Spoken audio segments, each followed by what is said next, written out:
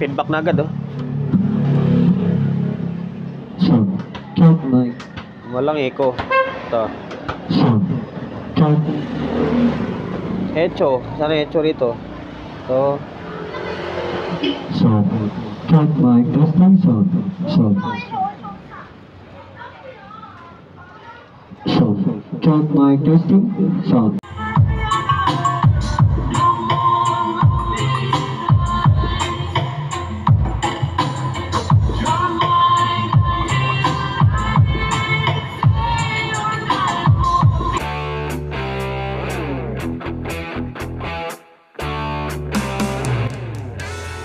Welcome to my vlog.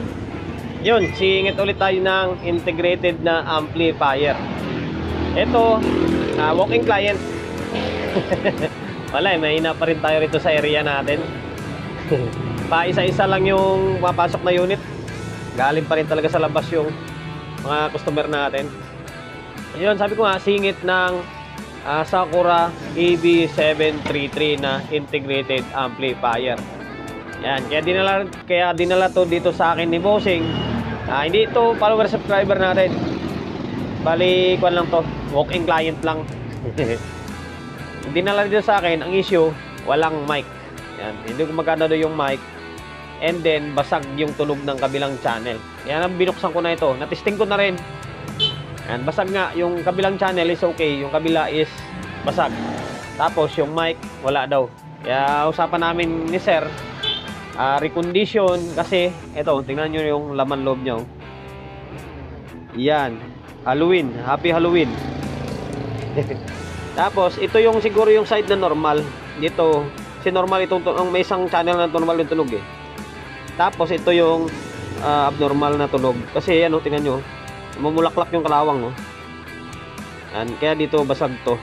Tapos ang dahil walang echo yan, walang echo, walang mic, is ito yan, palit na makontrol yan. Sana walang kinalawang dyan sa loob. So yun yung mission ko for today's video, na maibabalik natin sa dating tunog yung unit ni Sir. Yan, dahil nakabukas na, syempre banatan na natin to. Ang gagawin natin, dahil hindi naman tayo nagpo-full demo tutorial, kasi ang haba ng oras kapag nagpo-full demo tutorial, ang hirap mag-edit ng mahaba ang oras, and then i-skip nyo lang din naman yan. Kaya diretsong pasadahan na tayo. Babaklasin ko lang itong board muna. Focus muna tayo rito sa may board bago pumunta rito. So ngayon, stay tuned lang kayo. Pinaklas ko na yung board dito sa may casing niya, yung casing niya. Para malaya tayo makapag-trouble or makapagpalit ng mga pyesa. And then nilinisan ko na. So, medyo luminis na. Yung mga natira ng ngingitim yan ay mga rugby yan. Mag-focus tayo rito sa may section na to. Yan, yan yung mga kalawang na yan. Yan sa may binuhusan ng rugby, dyan din siya kinalawang. Tapos palitan ko siguro itong 150, oh. Try ko kung may mahanap ako na 150 na isang piraso lang. Kasi medyo sagwa tingnan. Mahaba na rin siguro nilakbay nito kasi iba-iba naman pyesa nakalagay, oh. 1937. Although okay naman yan. Wala naman problema dyan. Mas mataas ko yung rate nito, eh. Tapos sa baba, ito may tuki dito ng itim. Tingin ko okay pa naman yan. Yan. And then ito yung likod niya. Mira lang kasi na gamitin ni Sir to, kaya siguro na-i-stock siya. So ngayon, stay tuned na kayo. Bali, to-trouble ko na lang ito. Baklasin ko lang yung dapat baklasin. And then palitan yung dapat palitan. And then saka ko na lang pakita sa inyo yung pinampapalitan natin, para hindi na umaba yung walang kwentang vlog natin, di ba? Napalitan ko na yung dapat palitan. Sana ba yun? Ito. Itong side na to. Yan.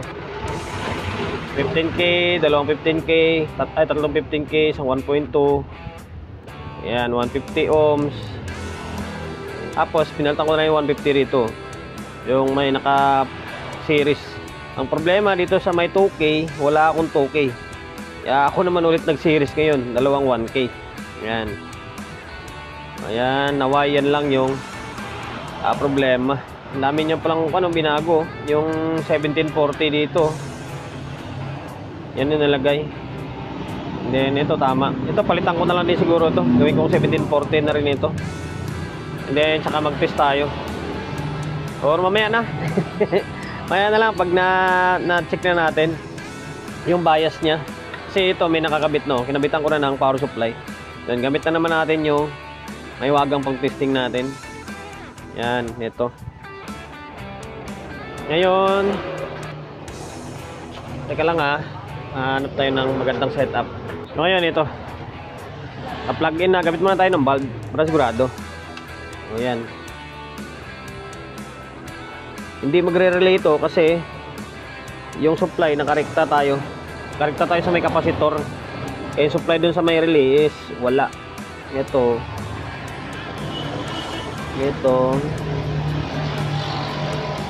yan, ito nasa 0.4, halos nasa 0.5 na siya dito. Yan, diretso na tayo sa may kabilang side para hindi muna tayo mag-ikot ng tester natin.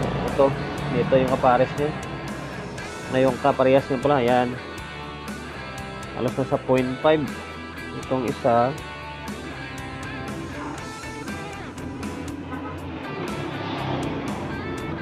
Yan, parehas. Tapos ikutin ko lang yung test prod. Ito, kailangan pumantay. Yan, parehas Ito naman is isa pa. Yan, tapos sa may kabilang channel. Ayan, para sa parehas Tapos kung may DC out, tingnan natin. Dito wala. Dito ground, tapos ito wala. Ngayon babalik ko lang ito sa casing. Papalitan ko pala muna yung nilagay nila na hindi 1740. Yung 1740, palitan ko lang yan. Tapos isprayan ko siguro ng varnish ito, saka ibalik sa may casing, and then magpalit na ako ng control. Naibalik ko na yung board. Yan, nakabalik na. Palitan ko na rin yung 1740, yung isa kanina. Tapos ito binalik natin bago na yan. Yan, tapos binanggal ko na rin yung casing ng tone control. Yan, bari babaklasin natin ito. Itong hilira lang, isang input lang yung gagamitin natin. Kasi sabi ko kay sir, pag pinalitan natin lahat yan, sayang lang yung pera mo, mabayaran mo sa akin yan, tapos isang input na naman gagamitin mo dyan pamayag naman. Bali ito, isang hilira na to, and then dito sa may effects nya. Tapos kung may mapansin ako na hindi maganda rito sa control, sabay ko na rin. Pero kung tingin kong okay pa, yun na yun na lang muna. Ngayon stay tuned lang kayo, babaklasin ko lang itong board ng tone control, and then tanggal, baklas kabit na agad para hindi na lalo mahaba yung video natin. Yun na naman yan common issue lang naman lagi yan, paulit-ulit na lang yung vlog natin. Nabaklas ko na yung board ng mic section. Bali, dalawang board lang tinanggal ko kasi nga, yung sabi ko kanina, yung isang input na yung papaganahin natin. And the rest na yan, yung dalawa na yan is ihang na natin para hindi na sa gabal. Yan, tapos ito, pahuli na lang natin. Obserbahan muna natin to dito. Kung okay dito pa, wag nating palitan. Dito na lang. Ayan. Dami control. Dito ka logi sa 733. Bukod sa dami mong babaklasin, dami mo rin papalitan. 1, 2, 3, 4, 5, 6, 7, 8, 9. Siyam na mono, and then dalawang stereo. Ito, and then ito. Ngayon, ayan yan yung mga pinambabaklas natin. Yan, medyo may kalumaan na rin talaga siya. Papalit natin yung bago na yung sa unahan. Yan. So ngayon, stay tuned ulit kayo. Papalitan ko lang ito. Common lang naman yan sa mga gustong gayahin, sa mga gustong matuto ng electronics, na yung tipong nagsisimula na ba, madali lang naman yan baklas, ipahigupan mo lang din naman ng ganito yan, sanction, initin, pahigupan ng sanction, tanggal na. Tapos pagpalit, ganun lang din, isalpak mo lang yung pyesa, hindi ninangin mo. Common lang din naman yan. So ngayon guys, ito, napalitan ko na ng mga bagong control. Yan. Tapos magbibigay tayo ng tips or ideya muna. Yan. Dahil naubusan ako ng mono or 3 pin, ang pwede nyong ipalit dyan is 6 pin. Okay lang yan. Yung gagamitin nyo isang harap nya na at tatlong paa. Yung likod, pwede nyo siyang baliin. pwede nyo siyang ihang na ganyan, no? Basta wala lang siyang tatamaan. Pero kung may tatamaan siya, eh, pingutin nyo na lang, baliin nyo na lang, katulad nito. Yan, binabalik ko na lang yan. Kasi malayo pa yung Quiapo. Oraon, malayo pa. Ayun, na-order tayo sa online is natagal pa. Hindi pa tayo nakapamili ulit ng mga bagong control ngayon. Marami ako is yung itong stereo. Wag na tayo maginayang. Sayang sana, kaso nga lang, eh, kailangan eh. Yan, kaya dito, tingnan nyo, puro makakapal yan, no? Puro stereo to dito. Ginawa ko lang, ayan, no, binali ko lang siya. Kasi meron siyang babanggaan. Yan. Okay lang naman yan. Masabihin ng iba, hindi pwede. Pwede yan. Alam ng mga veteranong technician yan. Bago na to lahat, ha. Baka sabihin nyo, eh, luma. Ayan, no. Ayan mga luma niya, no. So, stay tuned na ulit. Ibabalik ko dito sa may casing and then sound check na tayo. Bali, habol. Ang ending nito ay palit na lahat, pati dito sa may music nito, music tone control section. Tapos dito sa pinaka master niya, pinalitan ko na kasi nagdadalawang isip ako. Kasi sabi ko, pinalitan ko na rito and then dito is luma na rin, isabay ko na lang para wala nang mareklamo yung mayari nito.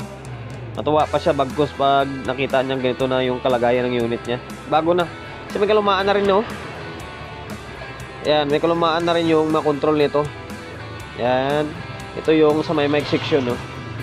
Kaya ang ending nito, bago na lahat. Ito lang yung nakahang yung iniwan natin. Yan.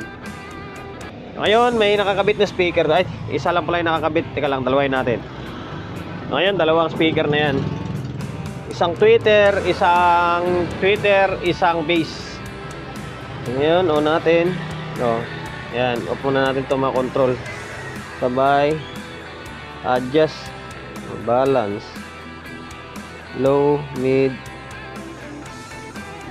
Yan, tapos audio source natin na itong, ayun, umaandar na yung cellphone natin. Kanina pa umaandar yan, ha.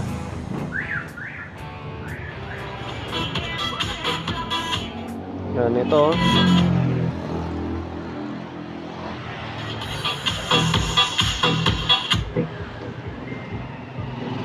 Yan.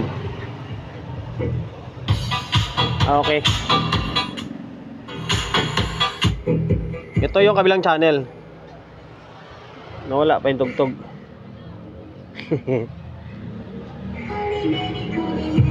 Yan.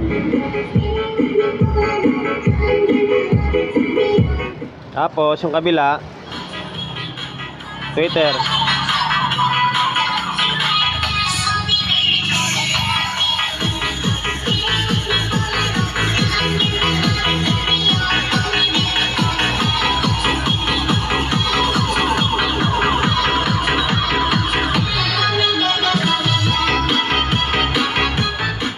Okay na, normal na yung tunog niya, kabilaan. Hindi na siya basag. Kaswabe na rin yung control kasi bago na lahat eh. Ngayon, sana umandar itong mic section niya. Teka lang, kuhanin ko lang yung may wagang mic natin. So ngayon, ito na yung may wagang mic natin. Hirap talaga na nag-isa lang dito sa shop. Ultimo paggawa eh. On natin. Yan, may feedback na agad, oh. Sound. Check mic. Walang echo. Ito. Sound. Check. Echo. Sana echo rito. Ito. Sound. Check mic. Testing sound. Sound. Sound. Check mic. Testing sound. Check. Twitter. Taas natin yung high. Hindi naman nagpipidback eh. Sound. Check mic. Testing sound. 1, 2, check. 1. Mic. Mic. Check. Check. Check. Sound. Check. 1, 2, check. Yun, okay na. Mandar na yung mic niya. Tapos ito, mandar na rin. Normal na rin to. Yan, oh.